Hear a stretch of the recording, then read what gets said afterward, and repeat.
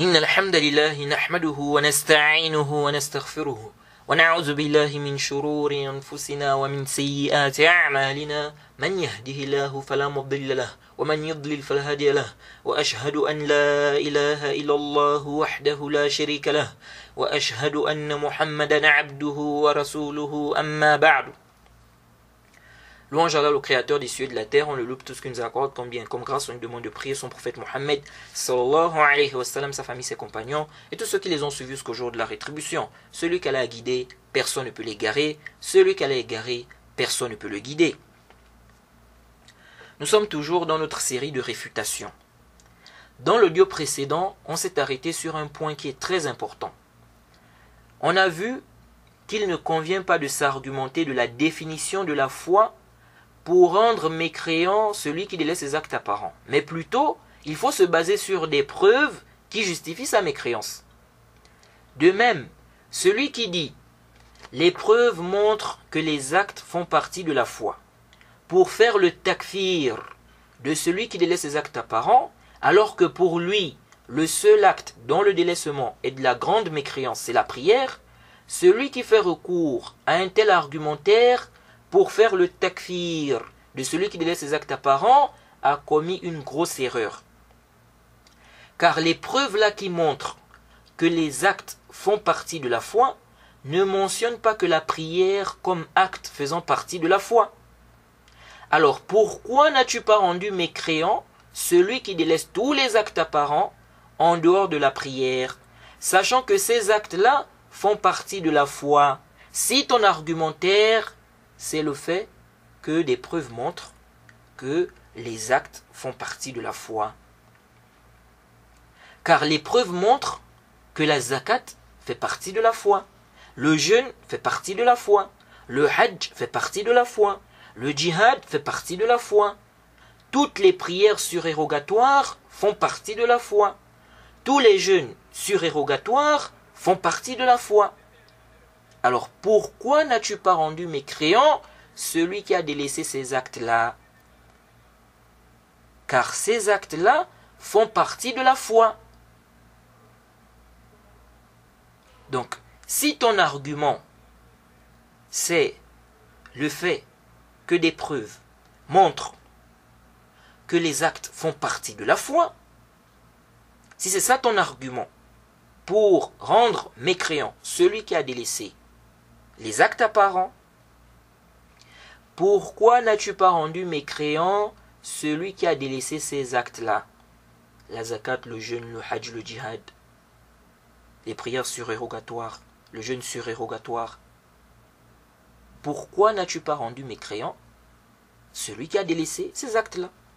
Oui, la zakat fait partie de la foi, le jeûne fait partie de la foi, le hajj fait partie de la foi, le djihad fait partie de la foi, tous les jeûnes surérogatoires font partie de la foi, toutes les prières surérogatoires font partie de la foi.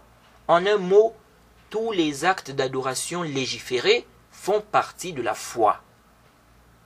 Et on avait déjà vu la parole du Cheikh al-Islam ibn Taymiyyah concernant cela, et plusieurs savants ont mentionné cela. Ibn Rajab par exemple, qu'Allah lui fasse miséricorde, dans son livre Jami' al-Ulum wal-Hikam, à la page 81, l'édition Ibn Kathir, qu'est-ce qu'il nous dit là-bas? Il dit ceci: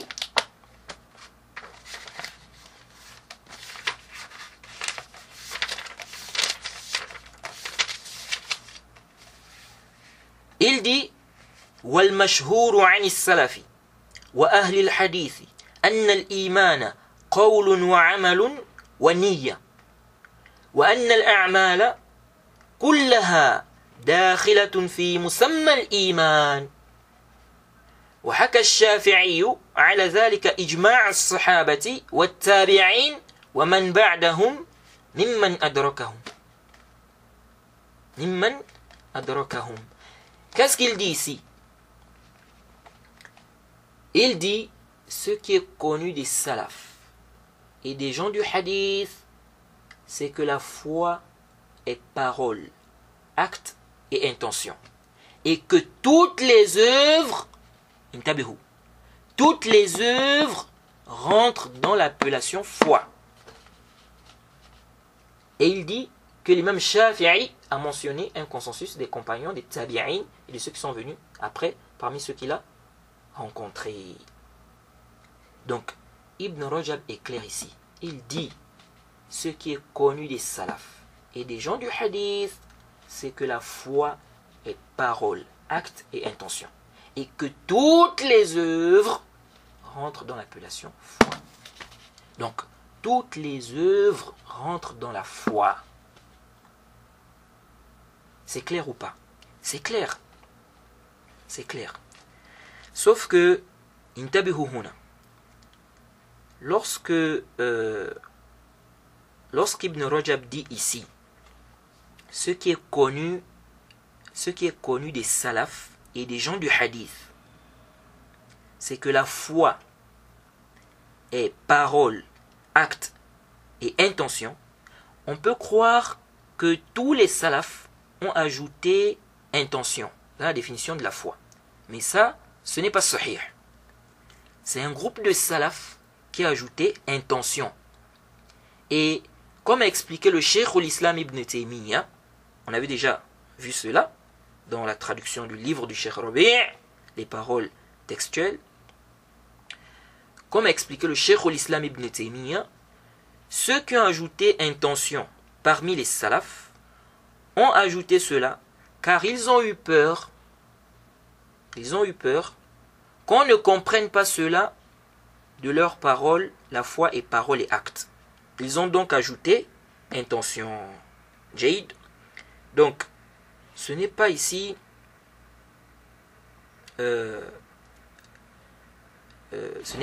tous les salafs en fait qui ont ajouté intention. C'est un groupe de salafs. C'est un groupe de salafs. La majorité des salafs ont dit la foi est parole et acte. La foi est parole et acte. Jaïd. Donc ça c'est un point qui est important à comprendre ici.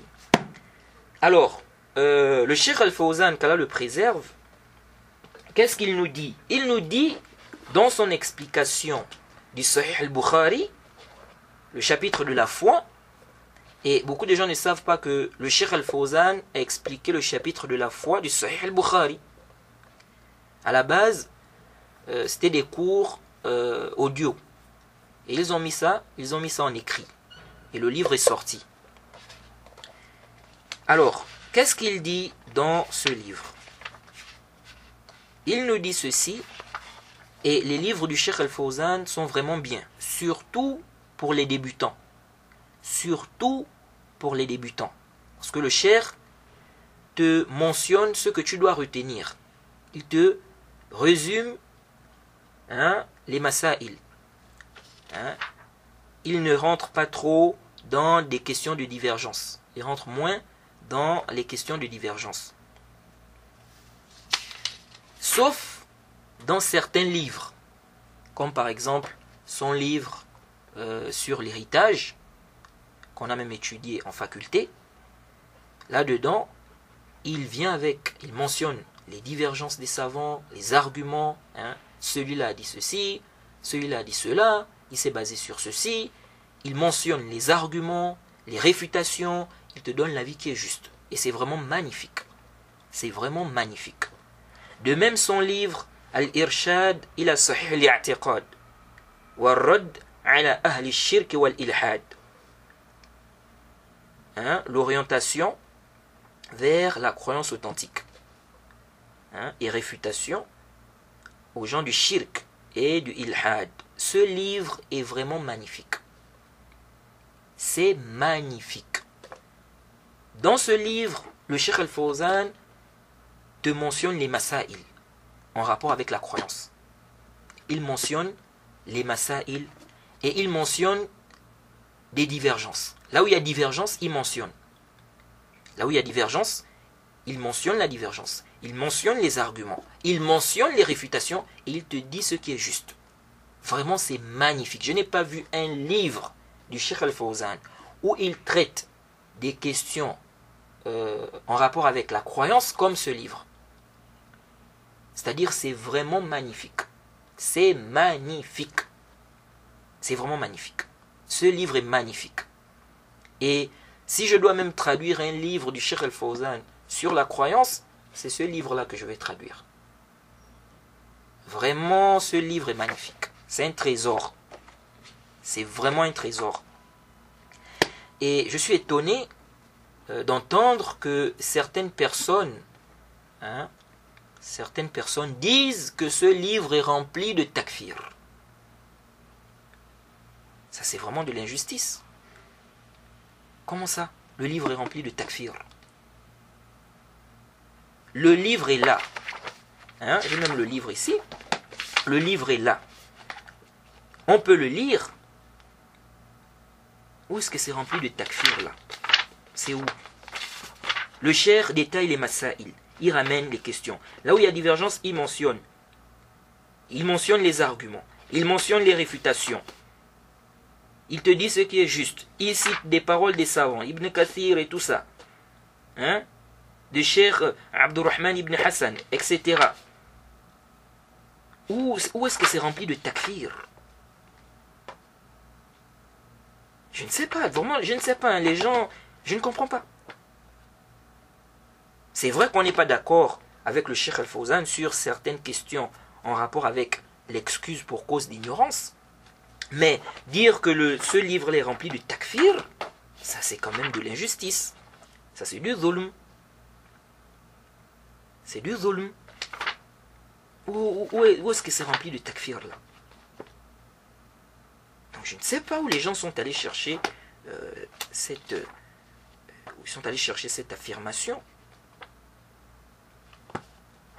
Vraiment, c'est terrible. Donc ce livre, c'est un livre qui est vraiment magnifique. Je ne sais pas s'il est même traduit en français. C'est vraiment magnifique.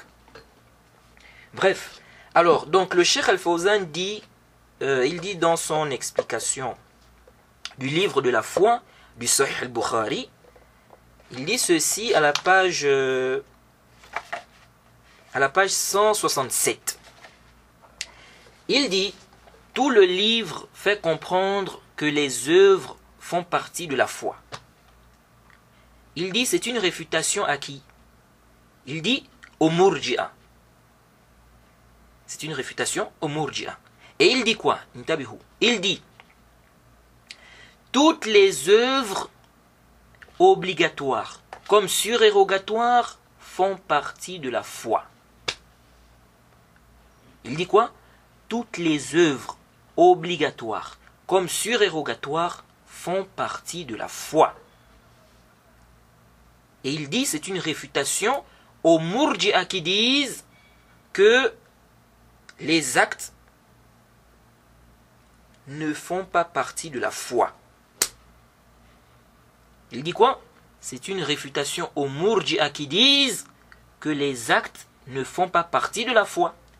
Et il dit, le texte et la réfutation claire de l'imam al-Bukhari viendront. Donc il y aura une réfutation claire, un texte clair qui va réfuter ces Murji'a là. Il dit, car c'est une secte dont les musulmans ont été éprouvés, comme ils ont été éprouvés par les Khawarij. Et il dit, c'est l'opposé des Murji'a, donc les Khawarij. Il dit, c'est deux groupes opposés. Les Khawarij exagèrent. Il dit, les Khawarij exagèrent, ajoutent, et ceux-là, donc les Murji'a, diminuent. Il dit, la communauté a été éprouvée par eux. Il est donc obligatoire aux musulmans de connaître ces deux groupes afin de prendre garde. Le cheikh dit quoi? Il dit, il est donc obligatoire aux musulmans. Il dit c'est obligatoire. Il dit quoi? Il dit c'est obligatoire. Il est donc obligatoire aux musulmans de connaître ces deux groupes afin de prendre garde. Et le cheikh a raison. Parce que si tu ne connais pas ces groupes-là, tu risques de tomber dans leurs croyances. Vous voyez. Et ce n'est pas juste tomber dans leurs croyances, mais tu peux même t'embrouiller. Tu peux même t'embrouiller et accuser des gens de Khawarij dans le désordre ou de Murjia dans le désordre. Oui. Donc, ça, c'est vraiment un point qui est important à comprendre. Jade. Donc, si on a compris cela, si on a compris que tous les actes d'adoration rentrent dans la foi, donc, on pose une question. Pourquoi n'as-tu pas rendu mécréant celui qui délaisse tous les actes apparents en dehors de la prière? Tu n'as que deux réponses ici à donner. Soit tu dis que tu ne l'as pas rendu mécréant, car il n'y a aucune preuve qui justifie la mécréance de celui qui délaisse les actes en dehors de la prière chez toi. Soit tu dis, je ne l'ai pas rendu mécréant, car j'ai la preuve qu'en dehors de la prière, délaisser les autres actes ne fait pas sortir de l'islam. Il s'agit du hadith de celui qui délaisse la zakat. Hadith qui est venu dans le Sahih Muslim. La zakat est le plus grand pilier après les deux premiers piliers. Donc, si on a la preuve que délaisser la zakat ne fait pas sortir de l'islam, alors délaisser des actes moindres que la zakat ne fait pas sortir de l'islam. Et donc, celui qui va délaisser la zakat et les autres actes en dehors de la prière, donc celui qui va délaisser tout ça, ensemble, il ne sort pas de l'islam, tant qu'il prie. Mais il commet des péchés. Il commet des péchés. Vous voyez ça? Donc, ça veut dire que ce n'est plus un problème de les actes font partie de la foi, mais plutôt un problème de preuve justifiant que celui qui délaisse tel ou tel acte est mécréant, ou celui qui délaisse les actes est mécréant. Et ceci est une grande preuve. Tu confirmes toi-même que le fait que les actes fassent partie de la foi n'implique pas le takfir, sans regarder les preuves qui montrent le takfir. Sinon, tu aurais fait le takfir de celui qui délaisse n'importe quel acte apparent, qui fait partie de la foi. Vous voyez? Alors, intabihu huna. Intabihu huna. Quand on regarde les preuves du Coran et de la Sunna, on se rend compte que les actes d'adoration font partie de la foi. Mais en même temps, on se rend compte aussi que le législateur n'a pas rendu mécréant celui qui a délaissé n'importe quel acte d'adoration. Ça veut dire quoi? Ça veut dire que notre législateur veut nous faire comprendre que pour parler de mécréance en ce qui concerne le délaissement des actes, le délaissement des actes, pour parler de mécréance, donc la grande mécréance, en ce qui concerne le délaissement des actes, il faut réunir deux choses. Il faut réunir deux choses. Premièrement, le fait que cet acte fasse partie de la foi. Mais ça ne suffit pas. Ça ne suffit pas. Sinon, on va rendre mécréant celui qui délaisse n'importe quel acte. Celui qui délaisse toutes les prières surérogatoires. Car ça fait partie de la foi. Vous voyez. Donc ça ne suffit pas. Donc premièrement, le fait que l'acte fasse partie de la foi. Deuxièmement, le fait qu'on ait une preuve qui montre que celui qui délaisse cet acte-là, il sort de l'islam. Sans ces deux éléments-là, on ne peut pas juger de la mécréance de celui qui délaisse des actes. Abadan. Ceci est clair, on n'a pas besoin de faire un débat là-dessus. Donc, c'est le même principe qu'on applique là, pour dire que celui qui délaisse les actes apparents est mécréant, il faut réunir deux choses. Le fait que ces actes fassent partie de la foi, et ça c'est clair, ces actes-là font partie de la foi, les actes d'adoration-là. Donc, le premier point, donc la première condition est réunie. Maintenant, il manque la deuxième. Le fait qu'on ait une preuve qui montre que celui qui délaisse ces actes apparents-là, il sort de l'islam. Vous voyez ça? C'est là le problème. C'est là où il y a l'ishkal. C'est là où il y a le problème. Jade. Si on n'a pas ces deux éléments-là réunis, c'est batilun, c'est nul, c'est faux, c'est caduc de s'argumenter du premier élément pour faire le takfir. Car, comme on a vu, ça contredit les textes. Ça contredit les textes. Car on a vu que des actes, n'est-ce pas? On a vu que tous les actes d'adoration font partie de la foi, mais quand on regarde les textes, on se rend compte qu'il y a des actes, Jade, que si tu délaisses ceux-là, tu ne sors pas de l'islam.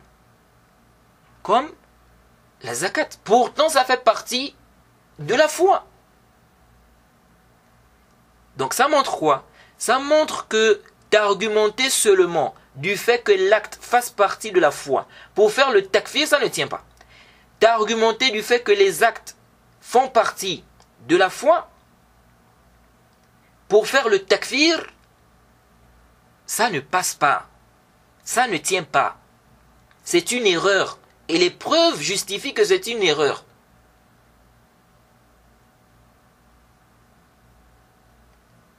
Donc, ça c'est clair. Il faut ces deux éléments-là, ces deux conditions-là.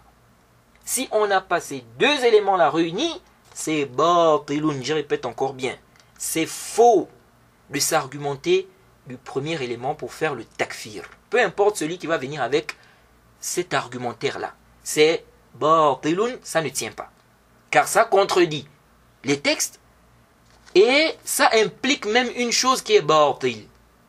Ça implique une chose qui est batilun, qui est fausse. Qui est le fait de faire le takfir de celui qui laisse n'importe quel acte.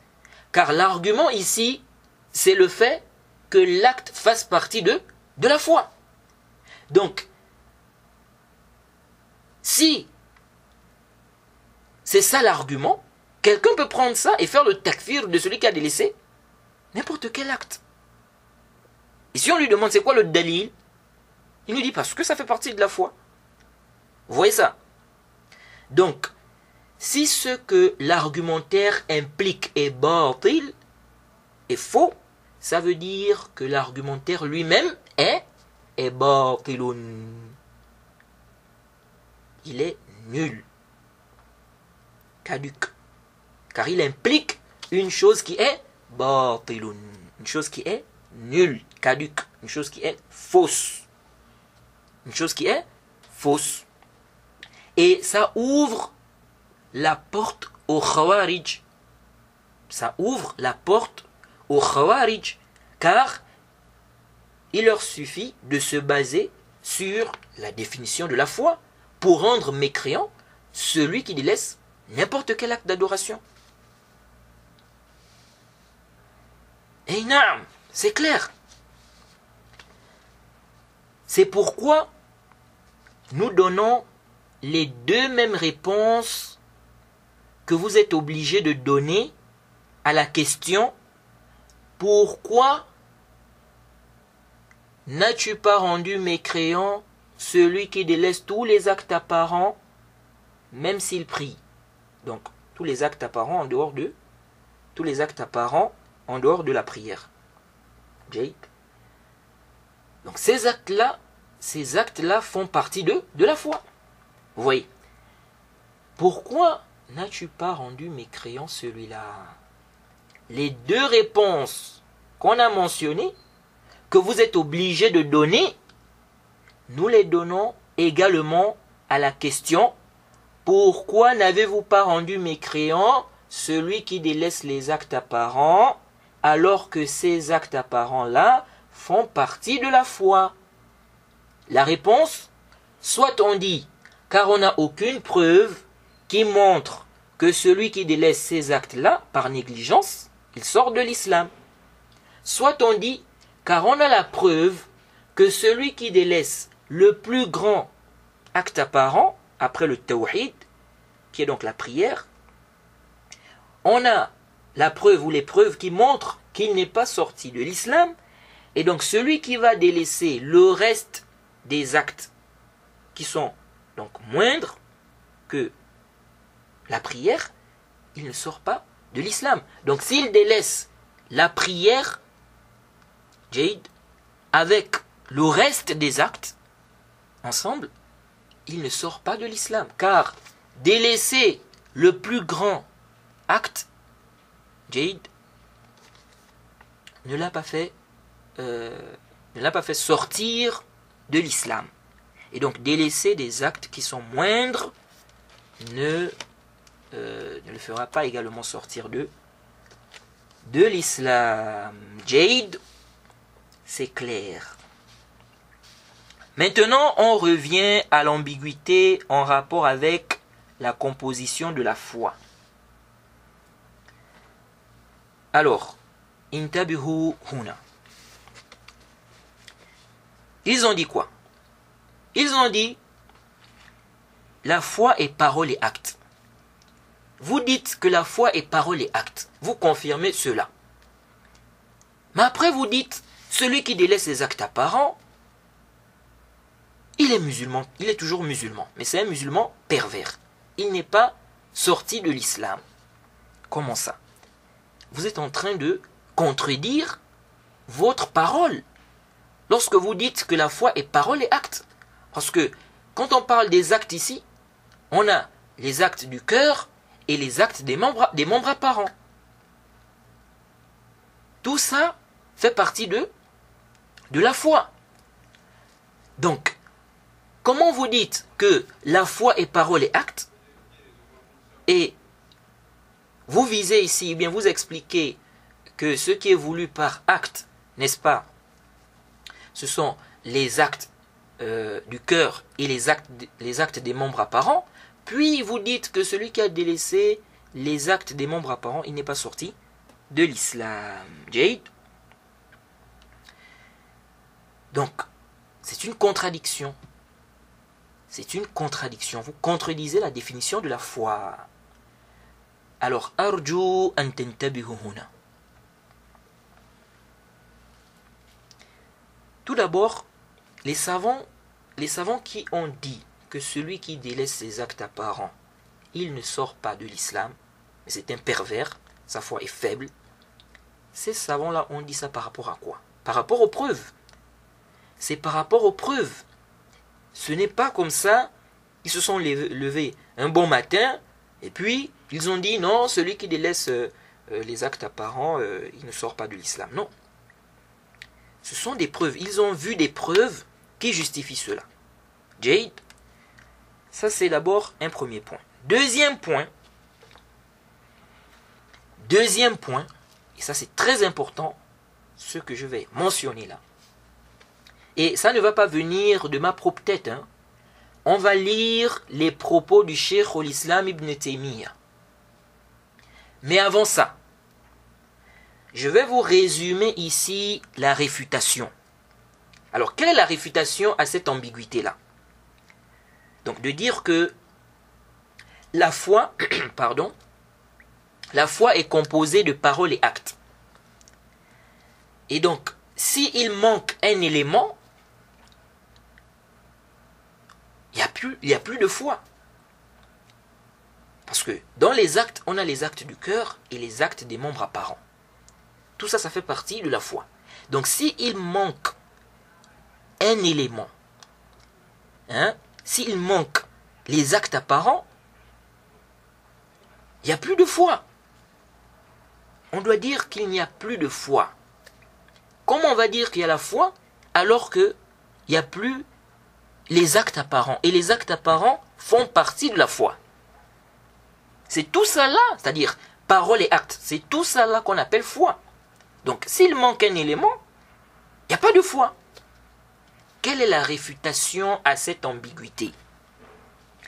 Alors on va lire les propos du Cheikh al-Islam Ibn Taymiyyah.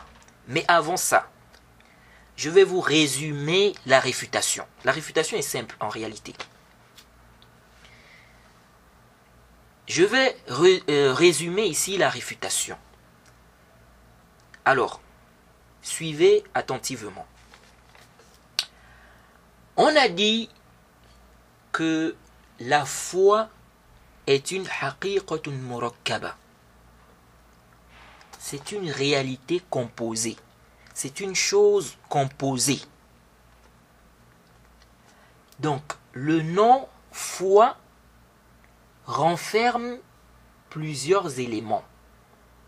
Ces éléments-là constituent la foi. Donc, on a parole, acte. La parole se divise en deux.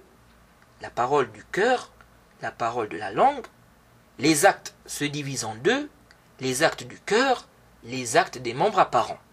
Donc tous ces éléments-là constituent la foi. C'est-à-dire que quand on dit foi, Jade, tous ces éléments-là rentrent dans la foi. Tous ces éléments-là rentrent dans ce terme-là, foi. Alors, intabihu huna. Dans le monde, les réalités composées, ou bien les choses composées sont de deux catégories. Les choses composées sont de deux catégories. On a des choses composées.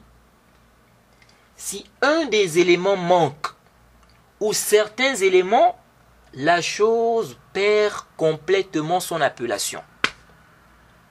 Exemple, le chiffre 10. Il est composé de plusieurs chiffres, de 1 jusqu'à 10. Si on enlève 1 dans 10, il reste combien? 9. Alors, si on enlève 1 dans 10, est-ce qu'on va encore appeler ce qui reste là 10? On ne peut plus. On ne peut plus appeler ça 10. Jade.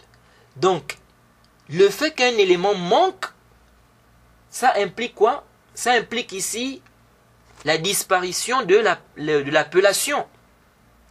Donc, on dit 10. Si on enlève 1, ce n'est plus 10. On ne peut plus appeler ça 10. C'est maintenant 9. Vous voyez ça? De même, si on enlève 2, on ne peut plus appeler ça 10. On appelle ça maintenant 8. Vous voyez? Le chiffre 5, si on enlève 3, on ne peut plus appeler ça 5. On appelle ça maintenant 2. Vous voyez? Et ça, c'est clair. On n'a pas besoin de faire un débat là-dessus. Le triangle. Le triangle. On sait tous que le triangle a 3 traits. Si on retire un trait ou 2, ce qui reste là, est-ce qu'on peut encore appeler ça triangle? On n'appelle plus ça triangle. Vous voyez. Donc la disparition d'un élément ou de deux fait disparaître l'appellation. Jade, ça c'est la première catégorie des choses qu'on a au monde. La première catégorie des choses composées. Ensuite, on a une deuxième catégorie. Ce sont des choses, si un des éléments manque, ou certains éléments, la chose ne perd pas complètement son appellation, jusqu'à ce qu'elle disparaisse complètement. Donc la chose. Ou que la base de cette chose disparaisse. Exemple, l'arbre. L'appellation arbre. L'arbre est composé de racines, du tronc, des branches, des feuilles. Si on coupe toutes les branches d'un arbre, on n'appelle plus ça arbre. On appelle ça toujours arbre. Mais c'est un arbre qui n'a plus de branches. Jade. Mais l'appellation arbre reste toujours là. Mais c'est clair que cet arbre-là n'est pas comme l'arbre qui a toujours ses branches. Ça c'est clair. Mais est-ce qu'on n'appelle plus ça arbre parce qu'on a coupé les branches? Non, on appelle toujours ça arbre. Jade. Si on enlève par exemple les feuilles, on enlève ou bien on coupe toutes les feuilles d'un arbre, on appelle toujours cela arbre ou pas, ce qui reste là. On appelle ça toujours arbre. Donc ce n'est pas parce qu'on a coupé toutes les feuilles de l'arbre que l'appellation disparaît. C'est-à-dire qu'on ne peut plus dire que ça c'est un arbre. Non. Vous voyez ça? Donc on appelle toujours ça arbre. Pourtant, il y a des éléments qui manquent. Des éléments qui constituent l'arbre. Vous voyez. Un autre exemple. Un livre. Si on déchire quelques pages, de ce livre, ça perd son appellation de livre? Non. On appelle ça toujours livre, même s'il manque des pages. Jade. Et les exemples sont nombreux. Et le Cheikh al-Islam va nous citer plusieurs exemples. Et la majorité des choses sur terre sont de cette catégorie-là. Comme a dit le Cheikh al-Islam Ibn Taymiyyah. Vous voyez. Donc, si on a compris ça, maintenant la question qu'on pose, ou la question qu'on doit se poser. La question qu'on doit se poser est la suivante. La foi fait partie des choses qui sont dans la première catégorie ou des choses qui sont dans la deuxième catégorie? C'est là la question. La foi fait partie des choses qui sont dans la première catégorie. Donc, si un élément disparaît, l'appellation disparaît complètement, ou bien la foi fait partie des choses qui sont dans la deuxième catégorie. C'est-à-dire, si un élément disparaît, ou si des éléments disparaissent, l'appellation ne disparaît pas complètement. Le terme foi ne disparaît pas complètement. Donc la foi fait partie des choses qui sont dans la première catégorie ou bien des choses qui sont dans la deuxième catégorie. Alors il n'y a pas de doute que la foi fait partie des choses qui sont dans la deuxième catégorie. Et on verra les preuves de cela. Donc ça veut dire que des éléments de la foi peuvent manquer et l'appellation foi reste toujours. On dit toujours que la personne est croyante, qu'elle a la foi. Mais ce n'est pas une foi complète.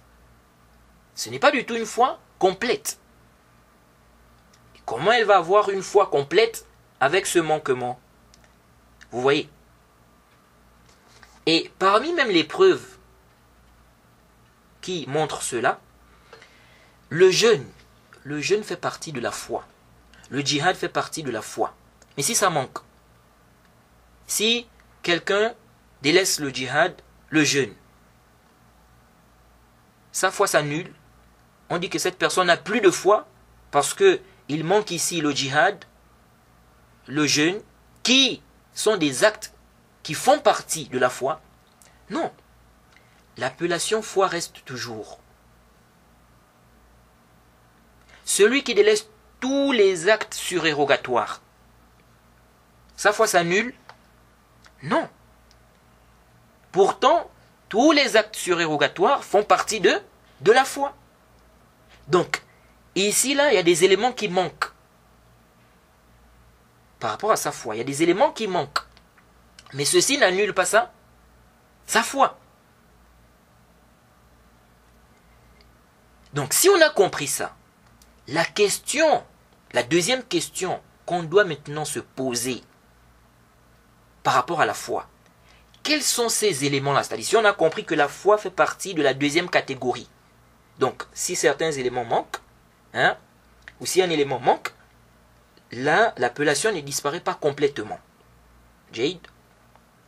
Si on a compris ça, si on a compris que la foi fait partie de cette catégorie-là, de cette catégorie de choses-là, une deuxième question se pose.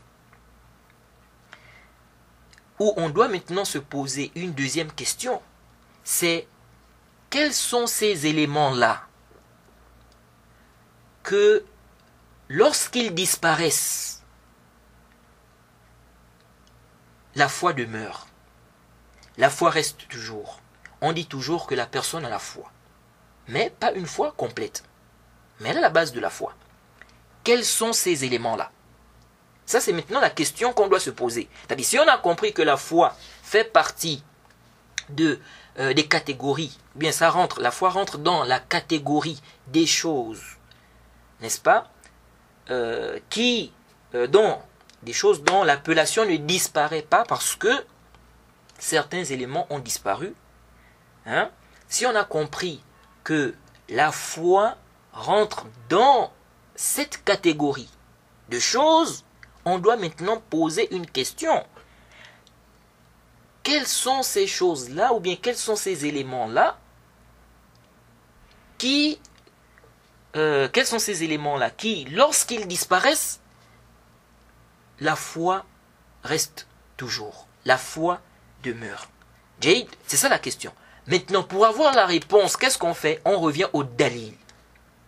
On cherche maintenant les dalils dans la législation. Si on trouve des dalils, des preuves qui montrent que celui qui délaisse tel acte, il sort de l'islam, donc on comprend que faire ça, délaisser cet acte-là, ça annule la foi. Donc cet élément-là, si ça manque dans la foi, il n'y a pas de foi. Jade. Mais maintenant, si on se rend compte qu'on n'a aucun dalil qui montre que celui qui a délaissé un acte ou tel acte, il sort de l'islam, on ne va pas ici dire que celui qui délaisse ça, il sort de l'islam. Jade. Alors, si on regarde les arguments, on se rend compte que il y a des savants qui voient que celui qui a délaissé un des piliers, n'importe quel pilier, il sort de l'islam. Ça, c'est un avis des savants. Naam. Celui qui a délaissé n'importe quel pilier, que ce soit le jeûne, le hajj, la zakat, la prière, n'importe quel pilier, il sort de l'islam. Oui. Et il voit que l'islam est basé sur 5 choses. Jade. Et donc, sur 5 piliers. Donc, si il y a un pilier qui manque, Jade, si la personne délaisse un des piliers, la personne sort de l'islam. Donc sa foi est annulée. Mais ça, ce n'est pas sahih. Cet avis-là n'est pas juste. La preuve que cet avis n'est pas juste, c'est qu'on a un hadith dans Sahih Muslim qui montre que celui qui a délaissé la zakat, il n'est pas sorti de l'islam. Et donc c'est la preuve que celui qui délaisse des actes moindres que la zakat, il ne sort pas de l'islam. Maintenant, la question qui va rester, c'est la prière. Parce que la prière, c'est le plus grand pilier après l'attestation de foi. Donc c'est plus grand que la zakat. Donc, le débat va maintenant rester sur la prière. Donc on a déjà compris que tous les autres actes, celui qui délaisse ça, il ne sort pas de l'islam. On reste maintenant sur le cas de la prière. Est-ce qu'on a des preuves qui montrent que celui qui a délaissé la prière, il est sorti de l'islam? Alors, ici, les savants divergent. Les savants divergent. Alors, ceux qui voient que celui qui a délaissé la prière, il sort de l'islam, ils vont dire que le fait de délaisser la prière, ça annulait sa foi. Et donc pour eux, cet élément-là, si ça manque dans la foi, parce que on a déjà vu que les actes font partie de la foi. Donc si cet élément-là manque dans la foi, il n'y a plus de foi. Il n'y a plus de foi. Mais la question qu'on pose, les frères, le savant qui voit que on n'a pas de preuve qui montre, que celui qui a délaissé la prière, le simple délaissement, il est sorti de l'islam. Il va dire quoi? Il va chercher, il va aller trouver des preuves qui justifient que délaisser les actes apparents, ça fait sortir de l'islam. Si je dis non, la définition de la foi, on a déjà vu que ça c'est bordel, ça ne tient pas. Il ne peut pas s'argumenter de la définition de la foi. Ou des preuves qui montrent que les actes font partie de la foi. Non, ça ne tient pas. On a déjà vu que ça ne tient pas. Donc, c'est cohérent, c'est tout à fait logique, c'est normal qu'ils disent que celui qui délaisse les actes apparents, il n'est pas sorti de l'islam. Qu'est-ce qui est compliqué là? Et donc, pour ces savants-là, délaisser les actes apparents, Jade, ça ne fait pas partie des éléments, Jade, ça ne fait pas partie des éléments que lorsqu'ils disparaissent, l'appellation disparaît. Vous voyez? Donc la divergence sera maintenant sur, puisqu'on est déjà d'accord que la foi est dans la catégorie des choses, la foi est dans la catégorie des choses, parce que si on n'accepte pas ça, on va aller dans la croyance des Khawarij.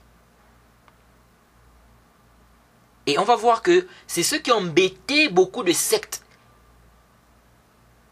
Tous ceux qui se sont égarés là, dans le chapitre du Iman là, c'est à cause de, c'est-à-dire cette ambiguïté, c'est sur cette ambiguïté là en fait, c'est cette ambiguïté là qui les a en fait embrouillés. Et on va bien détailler. On va bien détailler cela, Inch'Allah. Donc, la divergence maintenant, c'est-à-dire, si maintenant on est d'accord que la foi est dans la deuxième catégorie, donc dans la catégorie des choses dont l'appellation ne disparaît pas par la disparition de certains éléments. La question qu'on doit maintenant se poser, c'est quels sont ces éléments-là? Que s'ils disparaissent, l'appellation ne disparaît pas. Jade, et on doit maintenant revenir aux preuves. Quand on revient maintenant aux preuves, Jade, on se rend compte qu'on va se retrouver ici avec deux grands groupes. Ceux qui vont rendre mécréants, celui qui a délaissé les actes apparents, parce que pour eux, ils ont la preuve que celui qui a délaissé la prière, il est sorti de l'islam. Donc pour eux, il y a la preuve que celui qui a délaissé la prière, il est sorti de l'islam.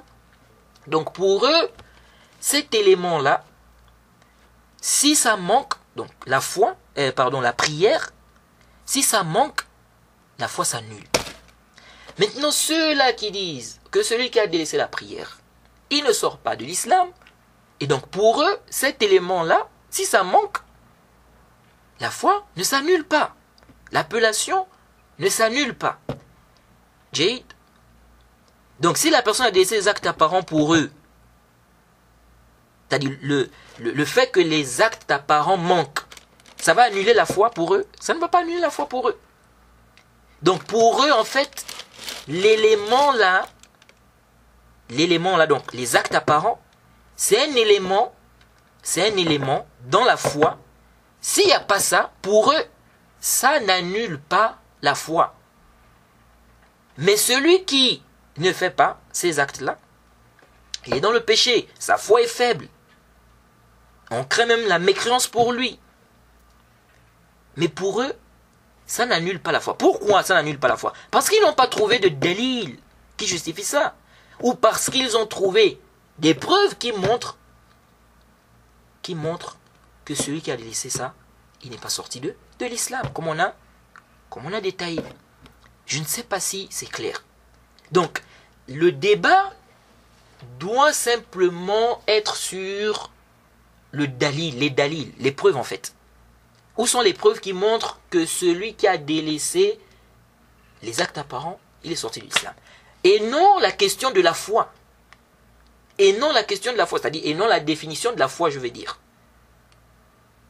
Quelqu'un ne doit pas dire, non, la foi est parole et acte. Tout ça, on appelle ça foi. Donc, ça veut dire que s'il n'y a pas les actes apparents, parce que les actes, on a les actes du cœur et les actes des membres apparents, donc si un élément manque, donc, je vise ici par élément une catégorie, donc on a la catégorie des actes apparents, la catégorie des actes du cœur.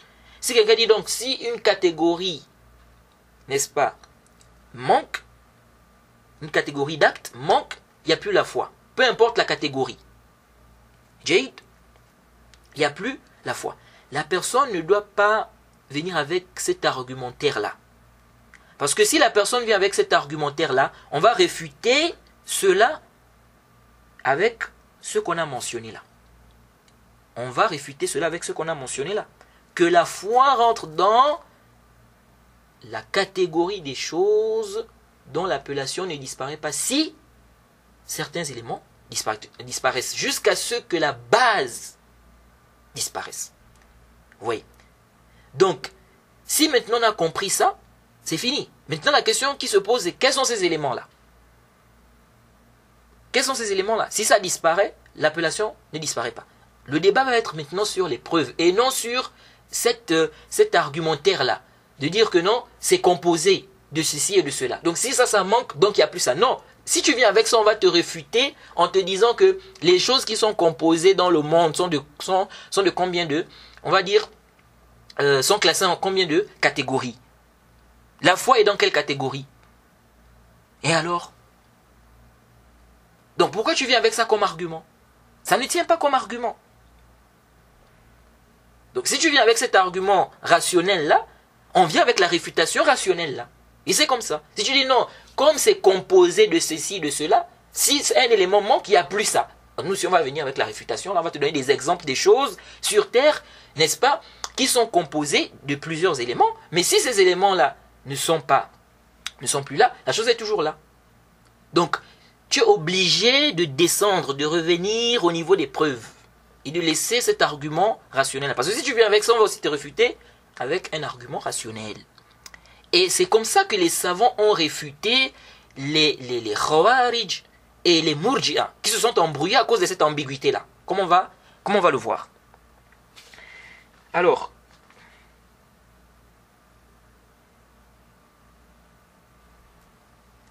intabihu huna.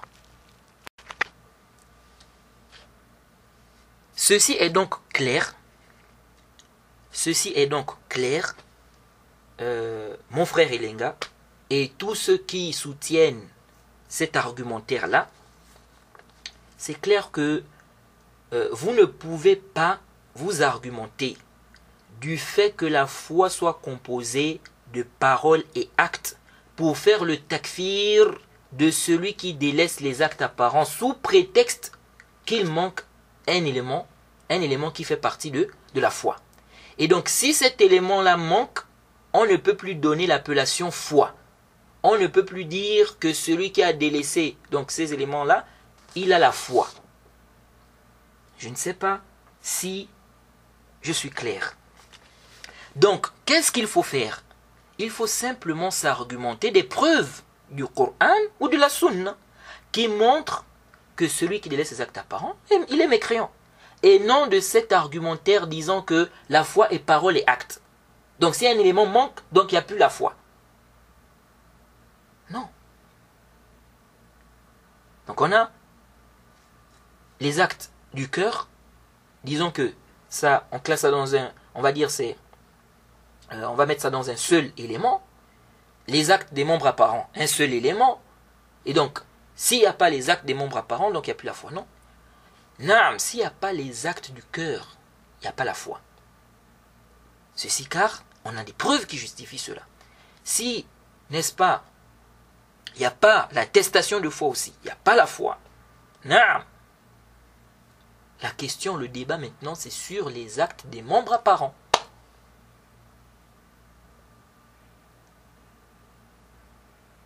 Jade. Donc, il faut simplement s'argumenter des preuves du Coran ou de la Sunna qui montrent que celui qui délaisse ses actes apparents, il est mécréant. Et non de cet argumentaire disant que la foi est composée de paroles et actes. Donc, on doit chercher les preuves du Coran et de la Sunna qui justifient que celui qui délaisse ses actes apparents, il est mécréant. Mais si on n'a pas de preuves, c'est fini. Le débat est clos. Il ne convient pas de s'argumenter de la définition de la foi. De même, il ne convient pas de s'argumenter des preuves qui montrent que les actes font partie de la foi, comme on l'a déjà expliqué. Donc, quelqu'un ne doit pas s'argumenter du fait que la foi soit parole et acte pour nous obliger à faire le takfir de celui qui délaisse ses actes apparents. Parce que un khariji peut aussi s'argumenter de cela, donc il peut venir avec le même argumentaire pour vous obliger à rendre mécréant celui qui délaisse n'importe quel acte. Parce qu'il va vous dire que où est la différence? Vous dites les actes font partie de la foi. Donc celui qui a délaissé, il doit être mécréant. Mais lui aussi va te dire ça. Il va te dire l'acte là fait partie de la foi. Celui qui délaisse, il est mécréant. Il va même te dire que tu te contredis. Parce que comment tu dis que l'acte là fait partie de la foi et puis tu dis celui qui a délaissé n'est pas sorti de l'islam? C'est ça en fait. C'est ça en fait. C'est pourquoi même ceux qui parlent, qui disent non, ahad, on parle des ahad al-a'mal, pas toutes les œuvres, n'est-ce pas, apparentes ou bien pas tous les actes apparents. Non, au niveau de l'istidlal, il faut bien comprendre, au niveau de l'istidlal, il n'y a pas de différence. Hein. Au niveau de l'istidlal, c'est-à-dire, si toi tu dis, comme les actes apparents font partie de la foi, s'il n'y a pas des actes apparents, ça veut dire que la personne doit être mécréante. Jade, le khariji peut venir aussi, il te dit, tous les actes apparents font partie de la foi. Jade, il te dit par exemple, celui qui délaisse le djihad, c'est un mécréant. Le dalil, il te dit, car le djihad fait partie de la foi. C'est-à-dire, c'est le même, c'est-à-dire au niveau de l'istidlal, c'est pareil. Au niveau de l'istidlal. C'est pourquoi, vraiment, c'est une erreur. C'est une erreur. Même les gens de science, hein, certains gens de science qui s'argumentent de la définition de la foi là, hein, pour justifier la mécréance de celui qui délaisse ses actes apparents, n'est-ce pas? Cet istidlal, c'est-à-dire ils sont en erreur. Et ils n'ont pas pris conscience en fait que là, en faisant ça, ils risquent même d'ouvrir une grande porte au khawarij. Dans l'istidlal. Parce que le khawarij ici, il vient avec ce même istidlal. Comment tu fais? Tu vas répondre comment? Comment tu vas répondre? N'est-ce pas, tu vas revenir aux preuves? Tu vas dire non, parce qu'il y a un dalil qui dit comme ça, ou bien comme ça. Mais nous aussi, c'est comme ça qu'on va faire. Donc ça veut dire que ça ne sert à rien alors de venir. C'est-à-dire, ça veut dire que si tu viens avec l'argument là, nous, on va te répondre. Si tu dis non, parce que les actes font partie de la foi, nous, on te répond avec les hadiths là. Parce que les savants qui ont dit que celui qui dit les actes apparents là, ils ne sont pas du islam. Attends, ils ont dit ça pas. C'est la passion. Ils se sont basés sur des preuves. Ils ont vu des arguments qui montrent que des gens qui n'ont fait aucune œuvre, aucun acte de bien, vont rentrer au paradis.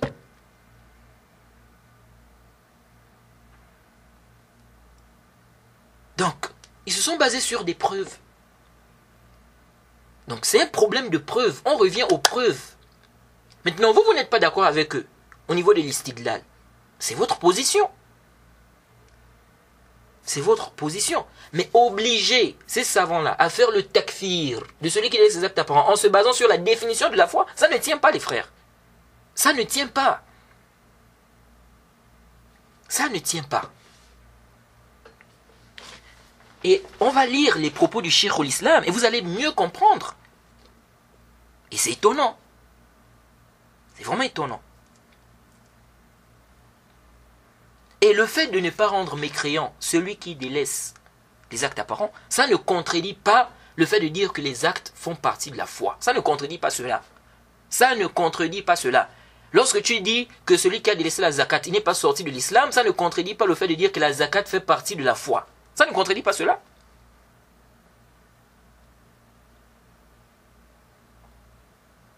Donc nous disons, les actes font partie de la foi. La prière fait partie de la foi. La zakat fait partie de la foi. Le hajj fait partie de la foi. Les actes d'adoration font partie de la foi. C'est clair. On n'a pas besoin de tourner, on ne doute même pas là-dessus. C'est clair. C'est vraiment clair. Mais qui a dit que cette affirmation implique le takfir? Alors qu'on a la preuve que ça n'implique pas le takfir. On a la preuve que ça n'implique pas le takfir. Fait partie de la foi n'est pas égal à takfir. C'est ça le problème, les frères.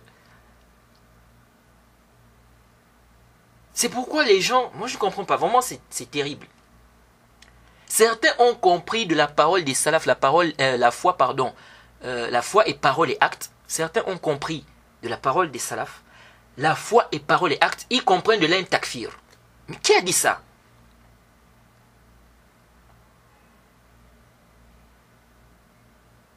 Ce n'est pas le takfir.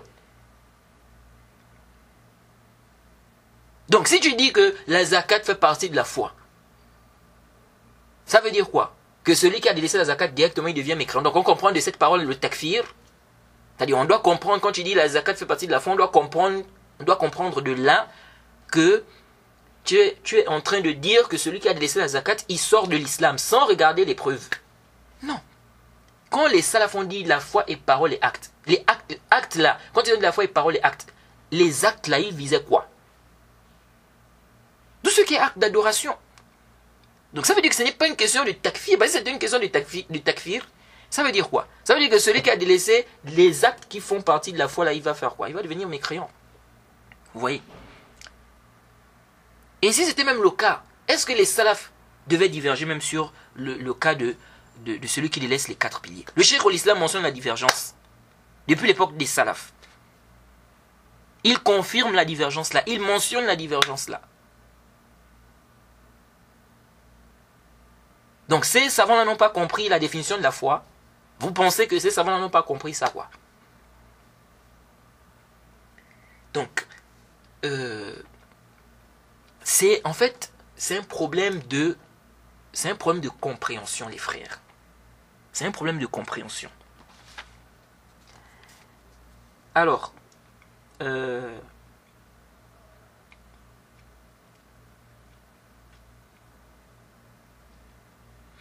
donc je disais que quelqu'un ne doit pas s'argumenter de la définition de la foi, ou bien quelqu'un ne doit pas s'argumenter du fait que la foi soit parole et acte pour nous obliger à faire le takfir de celui qui laisse ses actes apparents, sous prétexte que si on ne fait pas ça, on a contredit la définition de la foi. Non, sinon, lui-même il est en train d'ouvrir une porte au khawarij, contre lui-même. Vous voyez.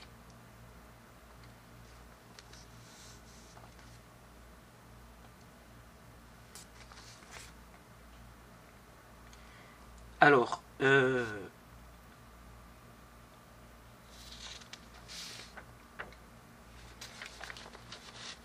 C'est pourquoi le Cheikh Rabi, lorsqu'il était en train de réfuter un des Haddadi là, il lui a dit, parce que lui faisait comprendre que ne pas rendre mécréant celui qui délaisse les actes apparents, c'est contredire la définition de la foi. Et lui a fait comprendre que ne pas rendre mécréant aussi celui qui délaisse la zakat, le jeûne, le hajj, c'est contredire aussi la définition de la foi.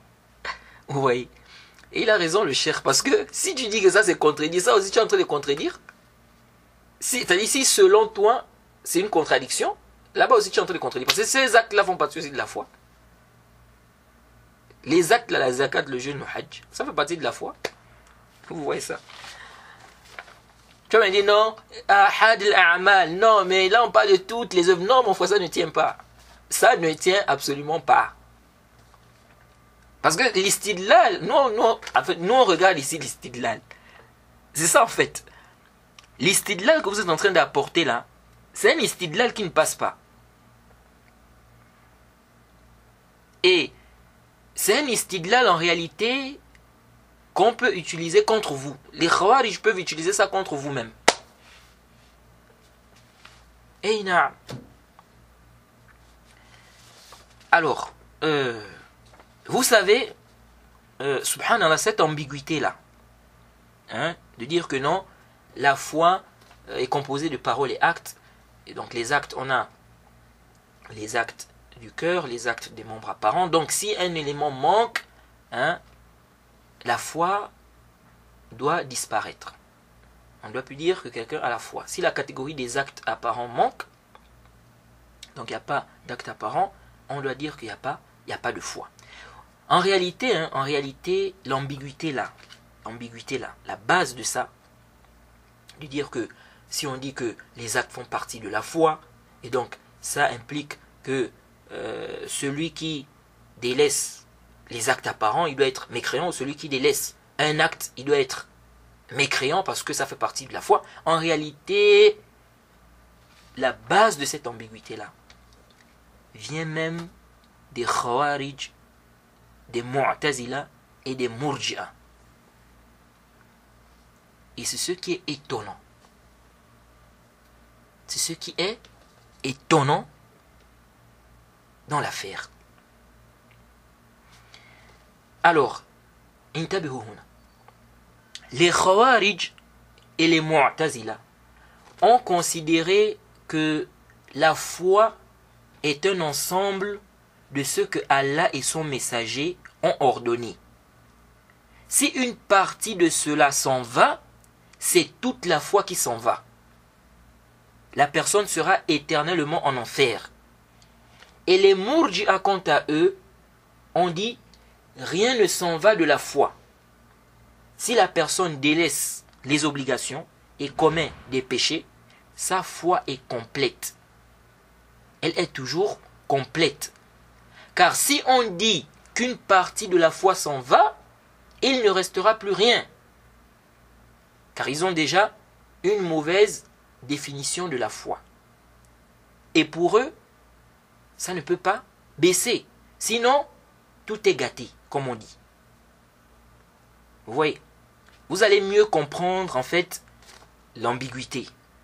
L'ambiguïté que les Khawarij, les Mu'tazila et les Murji'a ont eu sur la question de la foi là. C'est-à-dire ceux qui ont rapport avec ce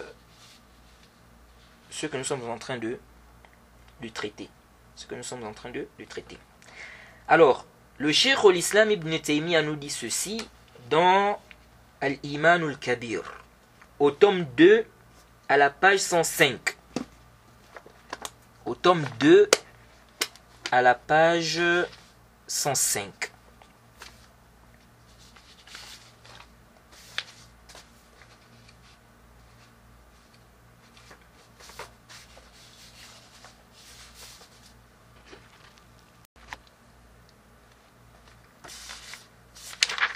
Donc je suis là à la page 105. Il dit وأما قول القائل إن الإيمان إذا ذهب بعضه ذهب كله فهذا ممنوع وهذا هو الأصل الذي تفرعت عنه البدع في الإيمان فإنهم ظنوا أنه متى ذهب بعضه ذهب كله لم يبق منه شيء لم يبق منه شيء ثم قالت الخوارج والمعتزلة هو مجموع ما أمر الله به ورسوله ما أمر الله به ورسوله وهو الإيمان المطلق كما قاله أهل الحديث قالوا فإذا ذهب شيء منه لم يبق مع صاحبه من الإيمان شيء فيخلد في النار وقالت المرجئة على اختلاف فرقهم لا تذهب الكبائر وترك الواجبات الظاهرة شيئا من الإيمان إذ لو ذهب شيء منه لم يبق منه شيء فيكون شيئا واحدا يستوي فيه البر والفاجر ونصوص الرسول وأصحابه تدل على ذهاب بعضه وبقاء بعضه كقوله يخرج من النار من كان في قلبه مثقال ذرة من إيمان. Le Cheikh l'Islam Ibn Taymiyyah nous dit quoi ici? Il dit, quant à la parole de celui qui dit, certes, si une partie de la foi s'en va, disparaît, c'est toute la foi qui s'en va. Donc, c'est toute la foi qui disparaît. Il dit, ceci est interdit, ceci n'est pas juste. Il dit, intabihu, écoutez, hein, il dit, et c'est sur cette base que découlent les innovations dans le chapitre de la foi. Le Cheikh l'Islam dit quoi? Écoutez bien, il dit, et c'est sur cette base que découlent les innovations dans le chapitre de la foi. C'est là l'ishkal, c'est là où les gens ont eu les problèmes. Et le problème continue jusqu'aujourd'hui. Il dit, écoutez bien, quant à la parole de celui qui dit, certes, si une partie de la foi s'en va, disparaît, c'est toute la foi qui s'en va, qui disparaît. Il dit, ceci n'est pas juste. Ceci est interdit. Ce n'est pas juste de dire ça. C'est pas juste. Il dit, et c'est sur cette base que découlent les innovations dans le chapitre de la foi. C'est là où les Khawarij, les Mu'tazila, les Murji'a, hein, c'est sur cette base-là qu'ils se sont égarés. Donc il dit, et c'est sur cette base que découlent les innovations dans le chapitre de la foi. Ils ont pensé que si une partie s'en va, donc une partie de la foi, tout s'en va. Ils ont pensé que si une partie s'en va, tout s'en va. Il ne reste plus rien. Puis les Khawarij et les Mu'tazila ont dit, donc le Cheikh l'Islam continue, il dit, puis les Khawarij et les Mu'tazila ont dit, la foi est un ensemble de ce que Allah et son messager ont ordonné. Donc c'est tout ça là, la foi. Et il s'agit de la foi absolue, la foi complète, comme disent les gens du hadith. Ils ont dit, donc le Cheikh l'Islam continue, il dit, ils ont dit, donc qu'est-ce qu'ils ont dit d'abord là? Ils ont dit la foi est un ensemble de ce qu'Allah et son messager ont ordonné. Donc tout ça c'est la foi, chez eux. Maintenant le Cheikh l'Islam dit, ils ont dit, donc les Khawarij et les Mu'tazila, ils ont dit, si quelque chose de la foi s'en va, disparaît, il ne reste plus rien comme foi avec la personne. Elle sera donc éternellement en enfer. Il dit, et les Murji'a, avec ce qu'il y a comme différents groupes, donc les groupes de Murji'a, il dit, et les Murji'a ont dit, les grands péchés et le délaissement des obligations, les grands péchés et le délaissement des obligations apparentes ne retranchent rien de la foi, ne fait rien disparaître de la foi, ne diminue rien de la foi. Donc la foi est complète. Vous voyez. Donc chez les Murji'a, celui qui délaisse tous les actes apparents, sa foi est complète. Sa foi est complète, comme la foi de Djibril. Et celui qui fait les obligations, la prière, la zakat, le jeûne, le hajj, celui qui délaisse ses obligations, chez les Murji'a, les deux là ont la même foi. Ils ont la même foi. Vous voyez ça? Ça c'est vraiment une croyance qui est complètement batiloun.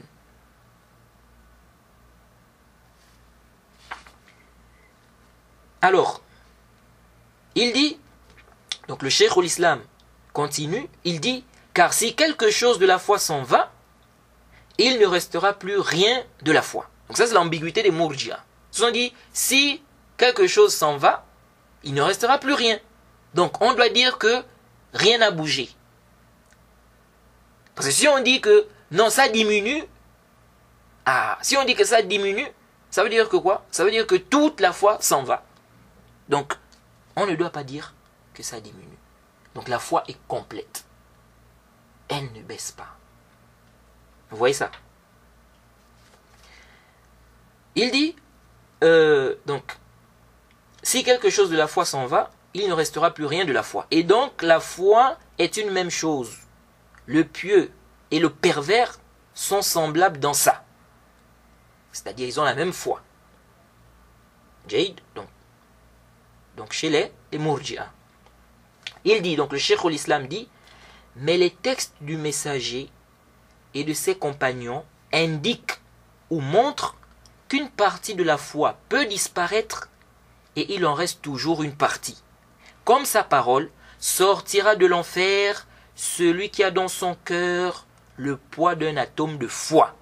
Fin de citation. Donc ceci est une preuve claire que une partie de la foi peut s'en aller et une partie reste. Et la personne n'est pas sortie de l'islam. Parce que quand on dit ici, sortira de l'enfer, celui qui a dans son cœur le poids d'un atome de foi. Est-ce que ça c'est toute la foi? Ça c'est la foi complète? Est-ce que la foi complète c'est l'équivalent du poids d'un atome de foi? Non. Vous voyez? Donc ça montre qu'il y a une partie de la foi qui manque. Mais comment la personne a fait pour se retrouver avec le poids d'un atome de foi? C'est à cause des péchés. Le délaissement des obligations, le délaissement de certaines obligations, ou bien comment on appelle ça? Le fait de commettre des péchés. Parce que c'est le fait de commettre ces choses-là qui baissent la foi.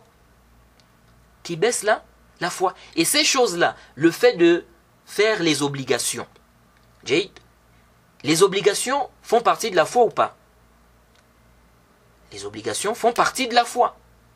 Jade. Et donc, ça veut dire que faire ça, ça augmente la foi. Délaisser, ça baisse la foi.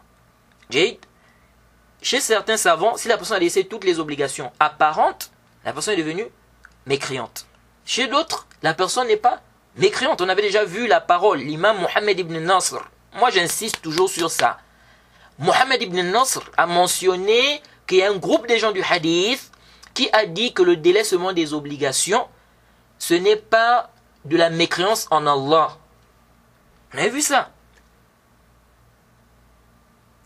C'est-à-dire qu'ils n'ont pas considéré que celui-là est sorti de l'islam. Et on avait dit que ça montre clairement la divergence des savants sur le jugement de celui qui laisse les actes apparents. Jade. Donc ça veut dire qu'il y a eu un manquement ici.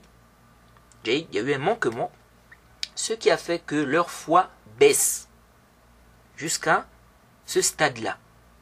Mais ça n'a pas été annulé. Ils vont sortir de l'enfer. Puisqu'on dit sortira de l'enfer celui qui a dans son cœur un poids, qui a dans son cœur le poids d'un atome de foi. Donc ça veut dire qu'il n'est pas mécréant. Donc on comprend aisément aussi de ce hadith que la foi rentre dans la catégorie des choses dont l'appellation ne disparaît pas totalement par la disparition de certains éléments. Parce que la faiblesse de foi là est due à quoi? C'est dû à un manque. Un manque. Vous voyez.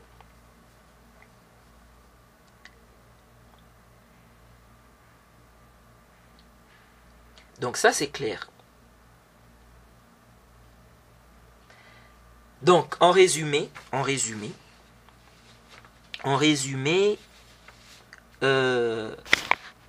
ici, qu'est-ce qui s'est passé?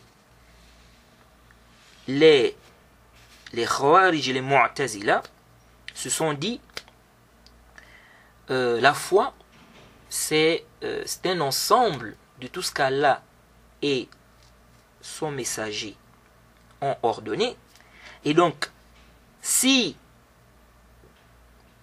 quelque chose manque, quelque chose de cet ensemble-là manque, il n'y a plus de foi. Les Murji'a, quant à eux, ils se sont dit, c'est comme s'ils se sont dit, si on dit que les actes font partie de la foi, Jade, si on dit que les actes font partie de la foi, ça implique à dire que celui qui délaisse les actes, il devient mécréant. Or, nous ne rendons pas mécréant celui qui délaisse les actes. Donc, on va dire que les actes ne font pas partie de la foi. Vous voyez ça? Et ça va être encore plus clair dans les propos des gens de science. On va lire des propos des gens de science, n'est-ce pas, qui expliquent encore très bien ce problème. Jade. Alors, on va d'abord s'arrêter ici pour ce cours. Je pensais qu'on devait terminer la réfutation à cette ambiguïté, à l'ambiguïté dans ce cours, mais bon. Donc on s'arrête ici. Et je crois qu'il nous reste encore un audio. Donc on va faire un dernier audio, j'espère bien que ce sera le dernier, pour réfuter en fait cette ambiguïté-là, pour terminer avec la réfutation concernant cette ambiguïté-là. Jade. Et puis après il y a certaines ambiguïtés du frère Elenga qu'on doit réfuter. Donc on va d'abord s'arrêter ici. Wa subhanaka lahumma bihamdik. وأشهد أن لا إله إلا أنت أستغفرك وأتوب إليك وسبحانك اللهم بحمدك وأشهد أن لا إله إلا أنت أستغفرك وأتوب إليك. نعم.